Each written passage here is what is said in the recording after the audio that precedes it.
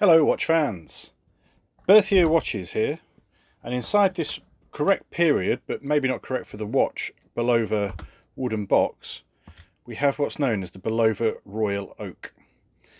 Now these are collectible in their own right now, but it is clear to see where the inspiration for this watch came from, especially when you hold it up to an Audemars Piguet Royal Oak next to it. Now this one is from the 90s, this is from 1979. The original 1979 watch, actually launched in 72, on the Royal Oak would have been a larger watch, but this is about the same case size. So you've got a thin automatic movement in both watches.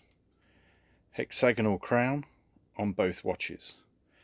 You've got this same style of bracelet, even the same width, on both watches. Now, this is where the comparison gets unfair, because we could start saying about how nice the finish is on the AP, and the dial is deeper, and just the quality is better all over, and the precious metals. But this is multiples of the price of this watch. So we're going to concentrate on this particular Bulova. So these weren't made for long, and we suspect that someone from Audemars Piguet wrote to someone at Bulova and said, forget it, stop making those, because it is clearly, very intentionally, meant to look like a Royal Oak. The correct word to use is homage. Now these are not cheap watches.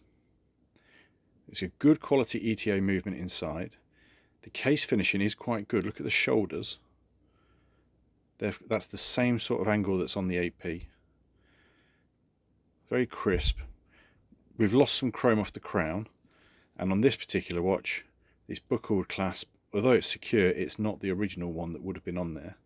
However, the bracelet is a long length. The dial is quite good. We're going to go and zoom in. Not as deep a pattern as on the Audemars Piguet version, but good enough. This watch is over 40 years old, running a high beat movement, so you've got a smooth second hand. There is a little dink out the case, you see it just at the top there, but we're going to forgive it that.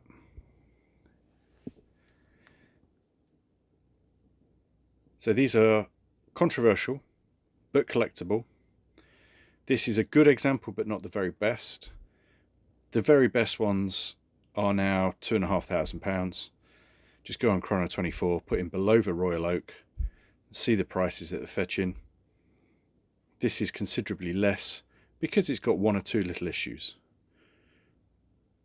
But it's still very, very collectible, and still way, way cheaper than a real Royal Oak.